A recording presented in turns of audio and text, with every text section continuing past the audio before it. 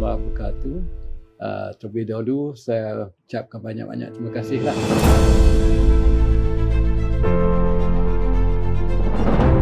Now, penubuhan the idea ataupun the concept of the establishment of the allied health program in UITM was jointly mooted by three personnel.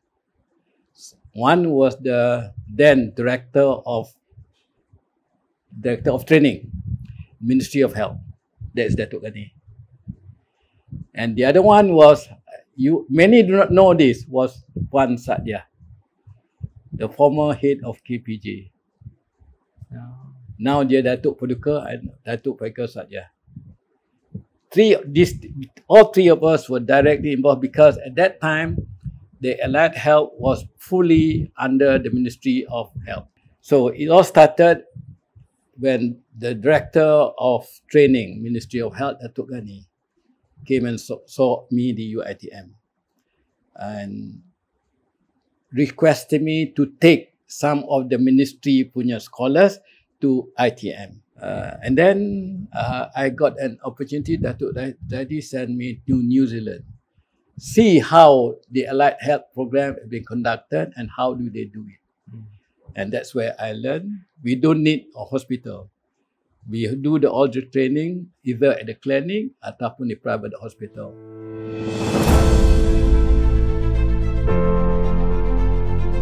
The staffing was a problem because all the Allied Health Science people are not trained in Allied Health. They are either pure microbiologists, pure, what they call it, virologists, and like myself, is immunologist. Itu yang ada.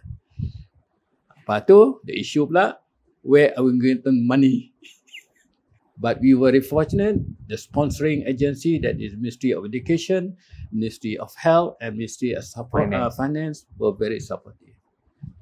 And I was ITM was very, very fortunate. We got a huge sum of money to start. I was very, very grateful to Puan Nuraini for the support. We got about 15 million to start.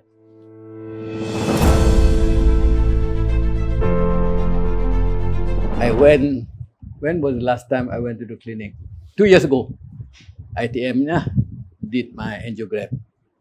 And the routine between the technician and the patient is still zaman last century.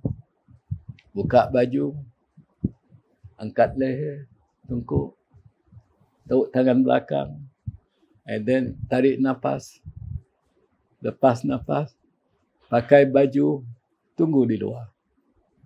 There is no element of educational between the operator and the patient. My last class with what do you call it, medical imaging student, I specifically run away from this routine. Up to this day, I don't see it. I find that it's time that you all take a bigger role in educating the public. You will be surprised, I think, when you see the public, when you see a doctor, their knowledge on their health. Kalau out of 10, I give 2 only. You'll be surprised. So I would really appreciate if you go close to the patient because you are closer than the doctor. Doctor, yes, about 5 minutes, 10 minutes only. But you as you have more time with the patient, the allied people, educate the public. So that is because I've been in training centers overseas, the Canada, the New Zealand, the UK, and also in the European country. The allied workers, they play a major role in educating health to the public. So that is, hope that the clinical aspect tu, I think should be more based on teaching ataupun giving more information on the public on how to take care of their health. Terima kasih datang, and I'm honoured to have you all to be with me after 20 years. It's a long time, kan?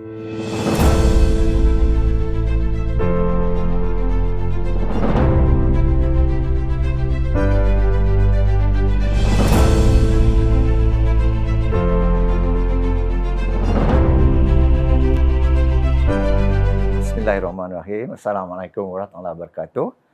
Saya Abdul Rahim bin Matno, mantan dekan Fakulti Perubatan dan juga FSK. Saya masuk sebagai ketua unit UiTM, ketua unit perubatan.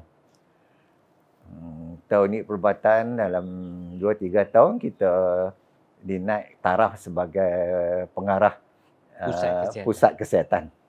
Dan dalam ujung tahun, pertengahan tahun 94, lepas saya balik tu, saya terima surat lantik saya sebagai konsultan penubuhan program-program sains kesihatan. Sains kesihatan itu perancangan strategik universiti. So dilantik saya untuk sebagai konsultan lah untuk penubuhan program-program sains kesihatan, termasuk sains kesihatan dan perubatan. Nah, dari situlah mulanya.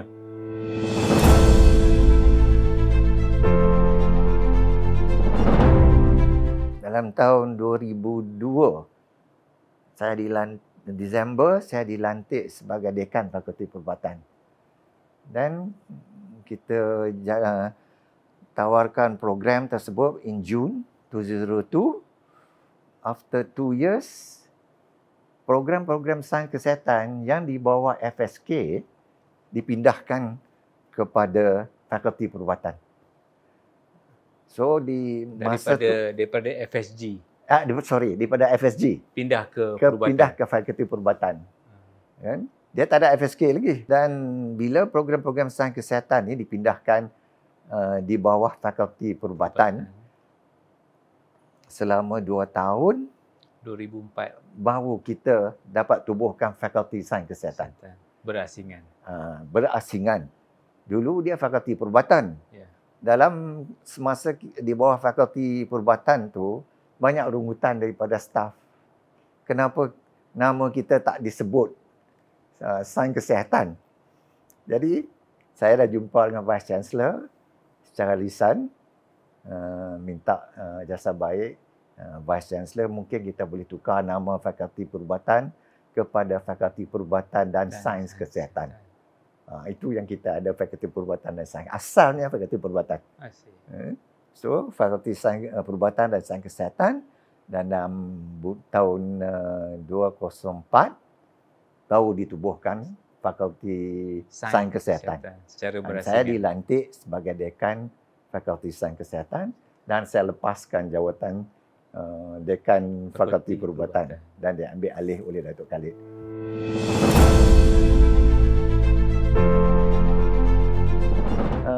Program-program sains kesihatan ini tak pernah diletak di bawah pendidikan. Dia diletakkan di bawah hospital sebagai latihan. Bahagian latihan KKM. Yes, bahagian latihan KKM. Jadi tak pernah dibawa ke bawah pendidikan. IPT, Dan apa yang ditawarkan hanyalah sijil. Masa tu. Jadi bila kita buat perkara universiti, kita nak buat ke peringkat diploma. Itu kita mendapati banyak halangan. Tapi kita sebagai bahagian pendidikan, kita tak boleh tawar ijazah kita atas jawatan. Masa dulu dia bagi sijil, kita kata sebagai pembantu farmasi. Pembantu farmasi itu jawatan. Itu bukan profession. Itu yang jadi masalah. Tapi kita tetap nekat bahawa kita ni sebagai pendidikan, education, itu yang betulnya kita kena buat. Kita tak boleh tawarkan degree sebagai pembantu perubatan. So inilah kita kata beberapa halangan yang kita lalui. Tapi alhamdulillah kita buat semua dan habis dah kita buat, dia orang terima. Banyak halangan, rintangan, kepayahan dan sebagainya. Tetapi kita mendapat sokongan yang sangat baik daripada semua kaki tangan UiTM lah.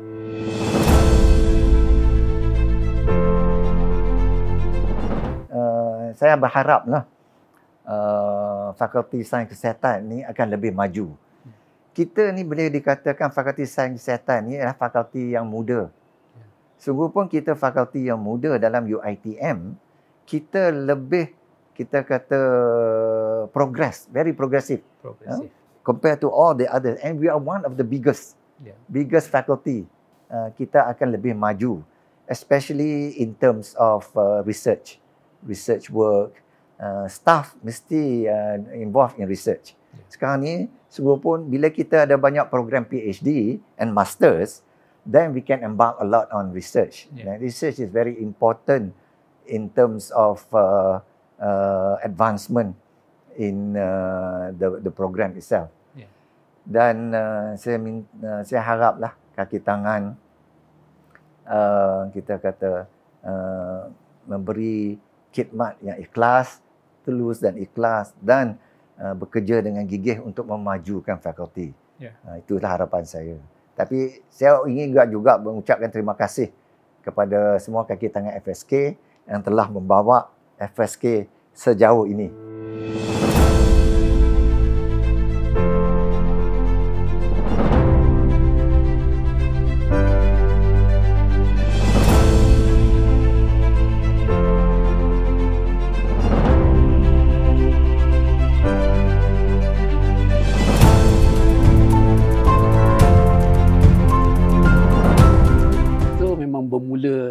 Sebenarnya daripada peringkat awal lagi lah, sebab kalau saya nak katakan mungkin saya alih sedikit soalan tersebut. Kenangan manis memang membantu mewujudkan program tu. Mendapatkan kelulusan 6 program tu. From scratch tu, proses-proses yang berkaitan, halangan-halangan, dugaan-dugaan, dan juga sebenarnya lawatan-lawatan even ke luar negara sebagainya yang kita lakukan, dan juga ke sekolah-sekolah apa yang ada di Kementerian Kesihatan. Semua itu adalah kenangan manis. Dan juga bagaimana kita cuba untuk mendapatkan staf pada peringkat awal daripada Kementerian Kesihatan, dan daripada tempat-tempat yang lain tu, itu juga merupakan kenangan-kenangan yang sangat yang manis. Yang sangat manis. Dan juga bagaimana saya melihat keberanian staf-staf dari Kementerian Kesihatan yang pada peringkat awal berpindah ke program kita, berhijrah dari Kementerian Kesihatan ke UiTM untuk join program yang masa itu yang dianggap sesuatu yang macam yang bukan dipandang rendah, tapi maknanya pada peringkat awal tidak dipercayai. Bagaimana mereka sanggup. Jadi itu bagi saya merupakan membawa mereka masuk. Jadi itu merupakan kenangan yang sangat indah sebenarnya.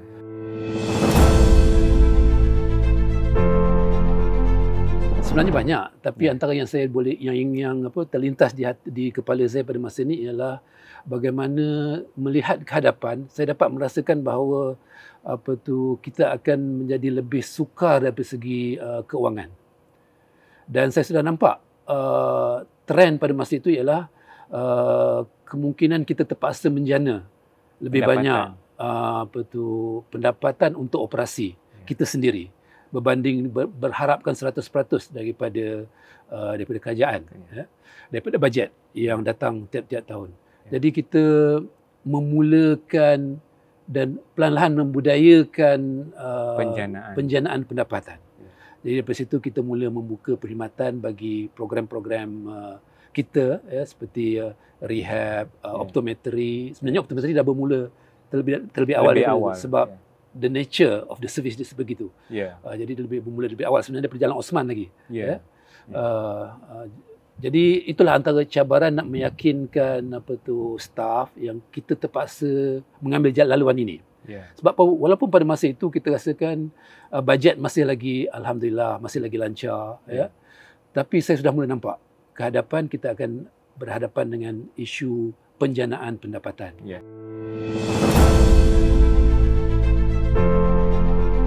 Nasihat saya ialah keadaan sebenarnya telah banyak berubah. Kalau dulu bila kita memulakan program ini, demand untuk graduan dan sebagainya begitu banyak. Jadi keluar saja walau macam mana sekalipun akan diambil bekerja. Dan akhir-akhir ini cabaran dia semakin sukar, semakin besar, dan tempat kerja kita, suasana kerja sudah jauh banyak berubah. Ya. The work culture sudah berubah, approach to work sudah berubah dengan adanya input daripada AI, daripada IT dan sebagainya, cabarannya berbeza. Jadi itulah. Customer needs sudah berbeza. Jadi kita mungkin kena melihat kepada memecahkan tembok-tembok tradisi yang ada di antara program-program. Mungkin ada program yang mungkin perlu dicantumkan ataupun melihat, tapi the key to that, ya, bagaimana kita nak pecahkan itu ialah sebenarnya demand di luar. Apa yang servis yang diperlukan oleh masyarakat pada masa ini sesuai dengan zaman ini dan juga di zaman yang akan datang.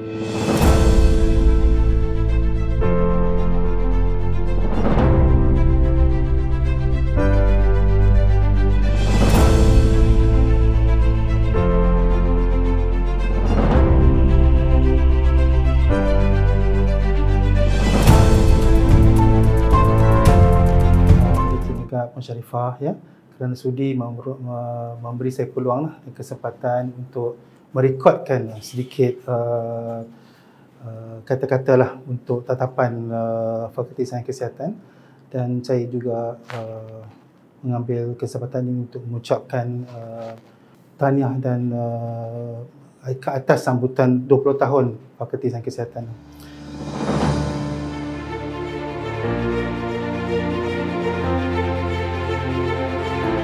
Saya nampak beberapa perkara lah kan. Kita ada antara, saya nak campur adukkan sikit dengan pencapaian saya sikit sana, ya. Antara isu-isu yang saya dapati bahawa Fakulti Sains Kesihatan dan mempunyai ramai pensyarah yang hebat-hebat lah, ya.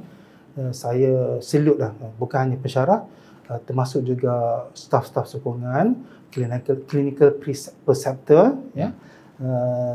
Yang sangat hebatlah, dan saya rasa mereka perlu diberi pengiktirafan yang lebih, ya. Dan saya tengok ada dua isu utama. Yang pertama, pengiktirafan itu tidak ada, ya. Jadi saya setelah berbincang dengan ramai pensyarah-pensyarah yang sedia ada, yang senior di FSK, ada yang telah meninggalkan kita untuk selama-lamanya, ada yang meninggalkan kita untuk persaraan, ya.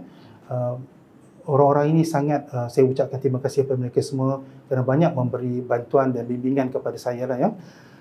Dan kita antara tu menaikkan jabatan-jabatan lah, ya, yang sebanyak 8 buah itu kepada pusat pengajian lah, ya. Saya ingin mengucapkan ribuan terima kasih lah pada timbalan-timbalan dekan, ya. Saya hanya memberi idea saja, yang menjalankan tugas sebenarnya adalah timbalan-timbalan dekan dan staf-staf pejabat akademik, ketua-ketua pusat pengajian dan semua pensyarah di Fakulti Sains Kesihatan lah, ya.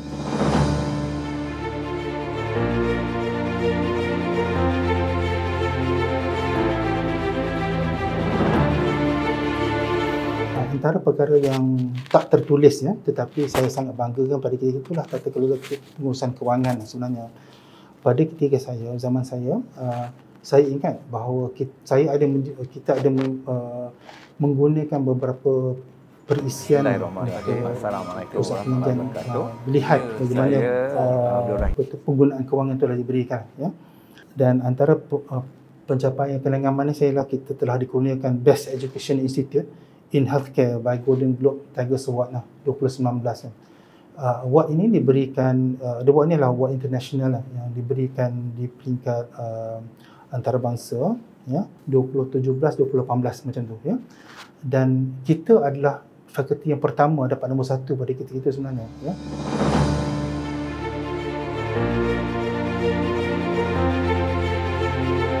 So, pesanan saya kepada semua pensyarah, bagaimana tinggi kita belajar pun, bagaimana banyak pencapaian kita, be humble lah. Maksudnya kita ni bekerja dalam organisasi, ya. Kita utama sekali adalah kita utamakan akhlak kita yang baik lah.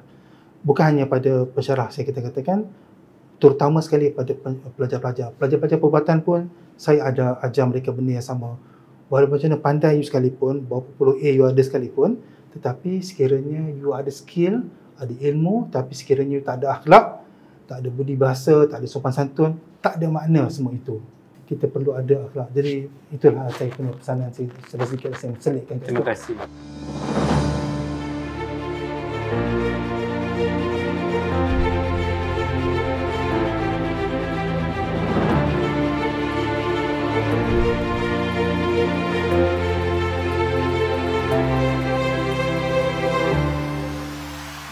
Saya menyertai fakulti ini pada tahun 2012 dan menjadi seorang profesor selama setahun sahaja, yang profesor yang free lah, profesor biasa, sebelum diberikan amanah untuk membimbing Jabatan Sains Asas pada tahun 2013.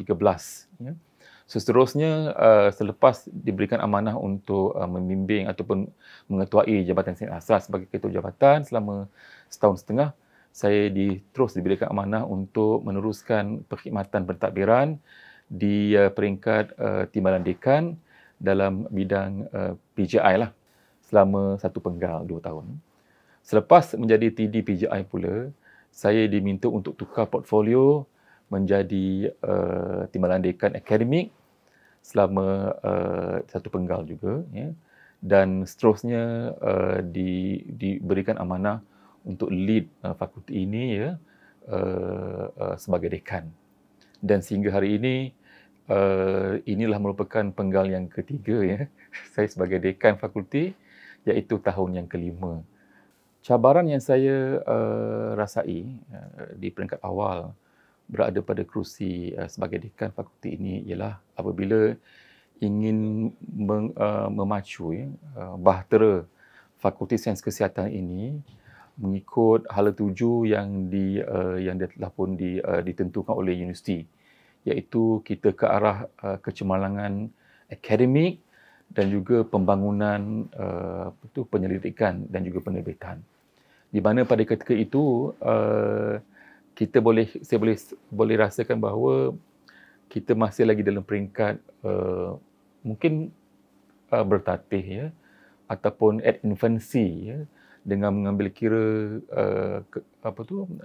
profil kaki tangan akademik kita pada ketika itu yang masih lagi boleh dikembangkan dalam konteks pecahan mereka yang ada ijazah Doktor Falsafah, mereka yang mempunyai jawatan sebagai Profesor Madya yang masih lagi kurang.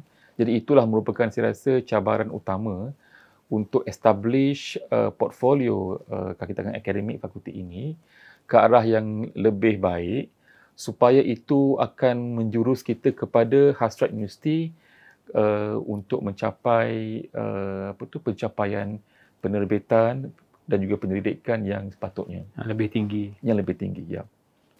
Ya, saya percaya bahawa untuk nak mengendalikan bahtera yang besar, yang mempunyai ahli yang ramai, kita perlu mementingkan aspek kebajikan kepada setiap ahli di dalam itu. Kerana apabila aspek kebajikan ahli di dalam bahtera itu diperhatikan dan diambil beratkan, secara automatically mereka akan memberikan kerjasama mengikut arahan dan sebagainya. Jadi setakat ini alhamdulillah saya sangat bersyukur kerana barisan kepimpinan pentadbiran utama fakulti ini yang terdiri daripada timbalan-timbalan dekan saya, dan juga ketua-ketua pusat pengajian, dan juga ketua jabatan memberikan kerjasama yang sangat baik. Alhamdulillah, bersyukur saya mereka memberikan satu kerjasama yang baik dan bekerja sebagai satu pasukan yang kuat memacu fakulti kita ini ke arah kecemerlangan akademik dan juga ke arah kecemerlangan penyelidikan dan juga penerbitan. Dan saya juga ingin menambah di situ, apabila saya berada pada kerusi dekan pada tahun 2019, perkara pertama yang saya lihat adalah merupakan profil fakulti kita. Di mana pada ketika itu tidak ada pensyarah kita ni yang mempunyai status Profesor Madya pada mereka yang tetap, yang ada pun kontrak. Mainly adalah merupakan pensyarah DM52 ya. Jadi kita buat strategi untuk menyusun bagaimana kita boleh upgrade staff kita ni one by one ya. Kita expect ya fakulti ini menjelang hujung 2029 itu mempunyai profil mereka mempunyai jawatan Profesor Madya ya seramai 25 orang. Barulah kita boleh meletakkan fakulti ini pada kedudukan yang stabil, memacu ke arah kecerdasan akademik dan juga penyelidikan. Jadi dari situ kita kira balik fakulti perlu melahirkan 2 orang Profesor Madya pada setiap tahun mulai 2019 hingga 2029. Dan alhamdulillah ya dengan berkat bimbingan kan, motivasi dan juga komitmen serta kesedaran kempen-kempen kesedaran kepada pensyarah kita ini, kita dapat melahirkan jumlah tersebut 2 tahun lebih awal daripada apa yang dijangkakan. Maksudnya 2024 ini bilangan pensyarah kita dengan Profesor Madya adalah 2 tahun lebih awal daripada yang kita patut dapat. Jadi satu perkembangan yang saya sangat gembira dan itu dibuktikan juga apabila fakulti ini mencapai hasil-hasil penyelidikan yang setanding dengan fakulti-fakulti yang lebih lama di UiTM ini. Berpesan dan juga menyarankan kepada semua warga teruskan kecemerlangan ya, betulkan niat kita datang bekerja setiap hari ya, dan seimbangkan kehidupan kita ini dalam konteks work-life balance, iaitu kita bekerja dengan bersungguh-sungguh pada waktu bekerja dan kita berehat seperti yang sepatutnya bila tiba masanya untuk kita berehat. Kerana kita ada komitmen di tempat kerja ya, dan juga komitmen di rumah. Jadi saya percaya bahawa work-life balance itu adalah sangat penting untuk menjadi insan yang bersifat syumul dan juga bersifat holistik, ukhrawi dan duniawi.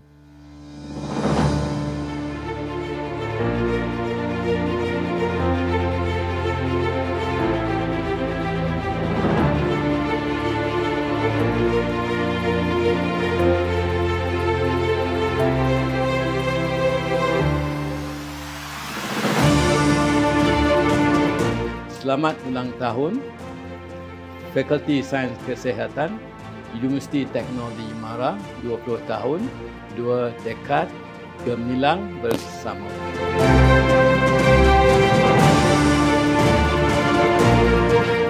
Selamat ulang tahun Fakulti Sains Kesihatan Universiti Teknologi Mara, menyambut ulang tahun ke-20, 2 dekad gemilang bersama.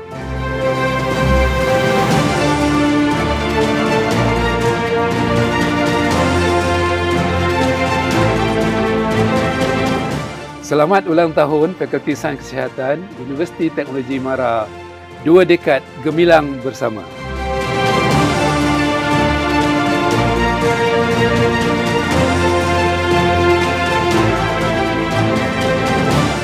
Selamat ulang tahun Fakulti Sains Kesihatan Universiti Teknologi Mara, 2 dekad gemilang bersama.